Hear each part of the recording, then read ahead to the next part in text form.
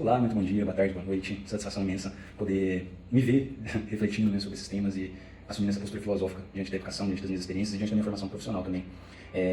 No primeiro ponto, né, que a gente está agora refletindo sobre a minha experiência, é muito rico poder externalizar que a minha experiência foi de uma curiosidade não atendida.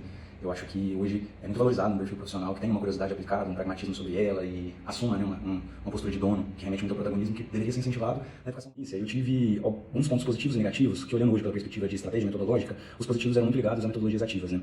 E é interessante ver que eu me recordei um primeiro que eu não experimentei, mas os meus amigos participaram, que era de uma escola particular, um projeto chamado Mini-ONU. Então, criava-se uma organização, né, para replicar ali as relações da instituição, as tomadas de decisões, ou toda a dinâmica que a ONU aborda em vários temas, né?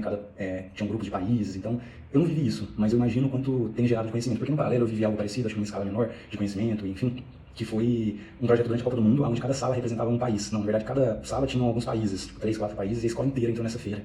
E eu lembro que o meu foi a África do Sul, então a gente explorou comidas, esse tipo também, que me remete muito essa parte do não dito, né, que exige diferentes operações cognitivas de um aluno.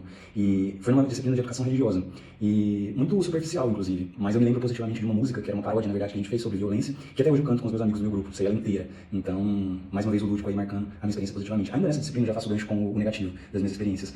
Hora nenhuma foi tratado o tema de diversidades culturais, diversidades religiosas dentro dessa disciplina, por exemplo, que foi um ponto bem negativo. Também esses temas que eu acho que deveriam muito ser tratados, né, eu acho que aí a disciplina vai muito explorar isso, mas são questões, por exemplo, como identidade. Nunca foi trabalhado, nunca tive espaço para construir a minha identidade, por exemplo, sexual dentro da escola. Era ainda sempre muito um tabu. Então, eu tive uma professora que tinha uma caixa de perguntas sobre sexualidade, que a gente às vezes ia por parte da escola, onde ela respondia essas perguntas. Aquilo era rico, mas hoje eu vejo quanto poderia ser mais falado, ser mais trazido para a perspectiva crítica, né, da educação. Um outro ponto também, que eu acho que é interessantíssimo lembrar, na minha cidade interior de Minas, Divinópolis, estava abrindo um polo da Universidade Federal de São João del Rei, um campus.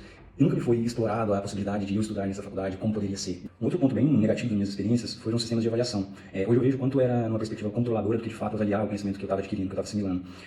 Eu lembro que eu sempre tive, né, ao longo da vida, e até no ensino superior também, muita dificuldade com os formatos de avaliação. Eu me considero neuroatípico por diagnósticos, por vivência, por esforço social cognitivo que eu tenho que fazer para alcançar a dita produtividade da sociedade que eu vivo hoje, no mundo profissional, mas também remeto isso nas minhas lembranças acadêmicas, tanto da educação básica, mas principalmente da educação superior também. O quanto os sistemas de avaliação são pobres, realmente, de valorizar o conhecimento que, em teoria, está sendo passado. A respeito das teorias, né, por trás da proposta de um aluno protagonista. Eu acho muito interessante ver hoje como são formuladas tantas práticas, né, e técnicas que colocam a educação com autonomia, que eu acho que é uma das teorias, né, a pedagogia da autonomia, que impulsiona o protagonismo do aluno, né? Eu acho que é um espaço onde se pode trabalhar a ambiguidade, a subjetividade, a nossa crise de valores, todas essas três características, crise de valores, ambiguidade e subjetividade, eu vejo como tônicas do presente, né? Problemáticas atuais dos contextos sociais, dos desafios globais. E é muito interessante ver como essa autonomia ela pode influenciar nisso, né, na sociedade. Isso é muito importante ver a postura crítica que o professor deve ter, né? Eu acho que o profissional ele tem que ser formado para essa postura crítica, tanto no ponto de vista da engrenagem social, né? Então, como hoje a gente pode preparar o aluno para que ele entenda das classes sociais a qual ele está inserido, para que ele faça escolhas, né, e remete aos nossos conceitos de ação social, como que o professor, nessa postura crítica, pode influenciar nessa engrenagem da sociedade como um todo, né? E também uma postura crítica do professor em relação à filosofia da educação, né? Esse ato de refletir sobre a intencionalidade pedagógica, sobre os sistemas de educação, acho que é também uma postura crítica que o professor, o profissional tem que aderir como, né? Como ser esse educador que incentiva e estimula o protagonismo, que diminui as desigualdades, o preconceito. E eu acho que é a transformação da realidade, né, que o aluno está inserido. A proposta de trazer ele como protagonista, né, utilizando aí as técnicas de aprendizagem ativa, tem muito um lado do professor, da filosofia da educação, de refletir sobre a sua atuação, e de outro utilizar ali, ou gerar naquele aluno algumas características que partem do centro de que a gente pode utilizar aí no famoso filósofo, né? Só sei que nada sei. Isso também está na teoria, né, das metodologias ativas, do professor não ali na visão de Freire, né, da educação bancária, não se vê como detentor do conhecimento, mas que constrói, que gera uma argumentação desse aluno, que trabalha aí com as técnicas de metodologias ativas, que geram ali essa colaboração e formam uma criança, um adulto, que tem essa atitude questionadora, né? E eu acho que o centro muito da questão deste como, né, é essa pergunta. Então, o profissional vai transformar um sujeito ou ele vai reproduzir os pensamentos dominantes? Eu acho que a intencionalidade pedagógica responde muito o como a gente pode incentivar esse protagonismo partindo do ponto que o conhecimento é construído em cima da realidade e transformada por meio dessas características. São várias, né, esses caminhos metodológicos, essas estratégias, metodologias ativas, que partem muito desse desafio, né, de adequar essas estratégias aos currículos escolares, até o apoio da gestão, e eu acho que é muito legal essa reflexão de colocá-las à luz da experimentação, da descoberta, de gerar essa postura proativa, essas atitudes empreendedoras, que são, acho que, dimensões da transformação que as metodologias ativas se propõem por meio do conhecimento. Respondendo, né, a reflexão sobre os impactos do protagonismo na nossa educação tradicional e, enfim, nas teorias da educação, eu li uma frase que me marcou muito, acho que ela conecta muitos pontos que a gente explorou por aqui, que é: só se conhece o que os sentidos experimentam.